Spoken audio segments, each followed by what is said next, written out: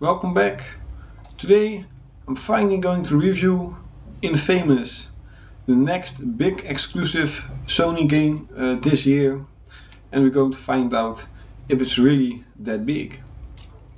So the game is set in Empire City. It's like in New York, but of course different. At the beginning there's a huge blast, and you're the only survivor named Cole. And he got those superpowers, his electricity powers. And basically the whole game is about he finding out why does he get those powers, and conspiracy. And you're going to help Moya, an FBI agent that makes you a deal that if you help her find her husband, then she will let you out of the quarantine that the whole city is in, because there is being virus spreading. They're not saying what the virus is doing, but basically at the beginning of the game you encounter an enemy faction or an army that's called the Reapers, and they're like a monster type with red clothes and a bag on their head. So I think that is the virus they're mentioning about, because those guys are quite aggressive, and some of them even have their own electrifying superpowers. The funny thing about that is that the whole Empire City is 3 islands. The first, second, and the last. And just like a GTA game, when you progress to the story, you unlock the second island and the third island. And every island has its own set of enemies. But in my opinion, they're just their clothes are different and they have a different name. Because at the beginning of the game, you're fighting against the Reapers. They have guys with machine guns. They have vehicles with big machine guns on them that you almost can destroy. Later in the game you get another power that is like some sort of sniper, and you can shot him right in the ass. They also have an enemy that's all white, and he's like also with electrifying power, because he does electric shock, and it's quite annoying. But you just have press R1 very fast, and he dies very fast. And then in the second island, the enemy is called the Dustmen, and they're basically just really the same. A lot of enemies, vehicles with a machine gun, but they're the Dustmen, they're different, they're a little bigger, and that's it. And on the second island, there's like a special group, I'm not going to tell it, but a special group, and again they're basically the same, and they're super. It's just a super soldier, and he's really big. So every faction has his own, special force, but all the normal soldiers are just the same as Island 1, Island 2 and Island 3, but with different, clothes and they're called different. Cole himself has around 16 powers to use. One of them is like, healing someone, just a force blast or shield. And it's a lot of fun, but most of them you're not going to use, because the only thing you have to do is press L1 and R1 very fast, and it's just like a gun. You're shooting those electrifying, the electricity shots, and they're dead. So it basically plays as a gun, but it's not a gun. Also in this game there is a good and a bad side. It's like if you kill civilians, then you're evil, getting more evil. If you heal them and do jobs for them and help them, you'll get goody goody.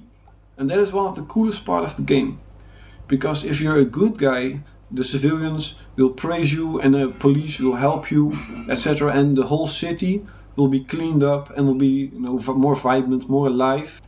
And if you're taking the bad side, the civilians are going to throw rocks at you, booing at you, the police is going to shoot you, and the whole city becoming dark and grey. So that is really a cool feature in the game. So Empire City is a huge city. Every island has its own architecture. Like the first island has its high buildings and it looks okay, and the second is more like a slump, and all the bad guys are there, all the poor people. And then the second guy, called the historical district, is more the old-fashioned way of buildings. You can't drive any vehicles, but they have done something really smart, because every island has its own railroad system, and if you power up all the stations in all districts, then it will of course be powered up, and you only have to walk on the rails, and it will be really fast throughout the whole island. The biggest disappointment of the whole game is there. Because if you're grinding railroad, you're going really fast, and it's just like the engine they made isn't ready for fast speeds, because the pop-up is extremely. And pop-up means is that if you're grinding, all of a sudden you see buildings or even railroads or the rails, and the buildings, the environments are all blurry, and all of a sudden the details springs up, it pops up, and it's just horrible. And that's why I never grind the railroad system, because I just cry. I mean, the PS3 has enough power to not make any pop-ups. Also, the draw distance, that means how far you can look, is horrible. I mean, if you're standing here and here is a building, you won't see it in detail, because if you walk like here, then you see all the details.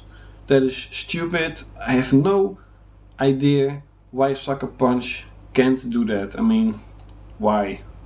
Also, all the cutscenes are in a Marvel, a comic style that is cool, and I wish they used that style in the actual in-game gameplay, just like Coon, because that looked way cooler than this realistic type of feeling. So the whole city is your playground. Every building you can go to the roof and grind on any rails. Because of that, from the beginning of the game to the third level, the third island, you can go it in a couple of minutes, because it's really fast. It looks really good when you're scaling all the buildings, because it goes so fluid and so fast. Almost maybe better than Uncharted, but we'll find out. I mean, you have to just to look for yourself, of course. There are also between the side missions and your story missions things to collect. You can collect dead drops. They're just really small pieces of audio that you can hear, and it's part of the story, so that's cool. And there are also a lot of shards you can grab, you can obtain, and then your power level will go up. And the more power level you have, the more power you can use, because every time your power is down, you have to drain electricity from vehicles or power stations or lights, so that's cool. The story itself is also kind of good. Like I mentioned before, it's a conspiracy, and all of the other side is you're helping is female. You also have a little friend called Zeke. He's stupid, he is annoying, he's irritating, and they should just left it out at the game. You also have a girlfriend. Mine died because I made a bad decision. I didn't know that, so my fault. So if you wrap everything up into the one package Infamous is, I mean, it's just a lot of fun to play with. The story is okay, gameplay is good. The biggest drawback about this game is just technically. I mean, the graphics are okay, but they should use the Marvel style, the Sly Raccoon style, did much better with it. And the draw distance is horrible. I mean, it's just horrible. And of course, pop up. If you're grinding at faster speed, everything will pop up, and all of a sudden you see trees and buildings. Horrible, not enjoyment at all if you're seeing that. Luckily, those things can always be fixed with a patch, with a new update, but of course it should have been fixed right away when the game is launching. So I hope you enjoyed this review, and I see you next time.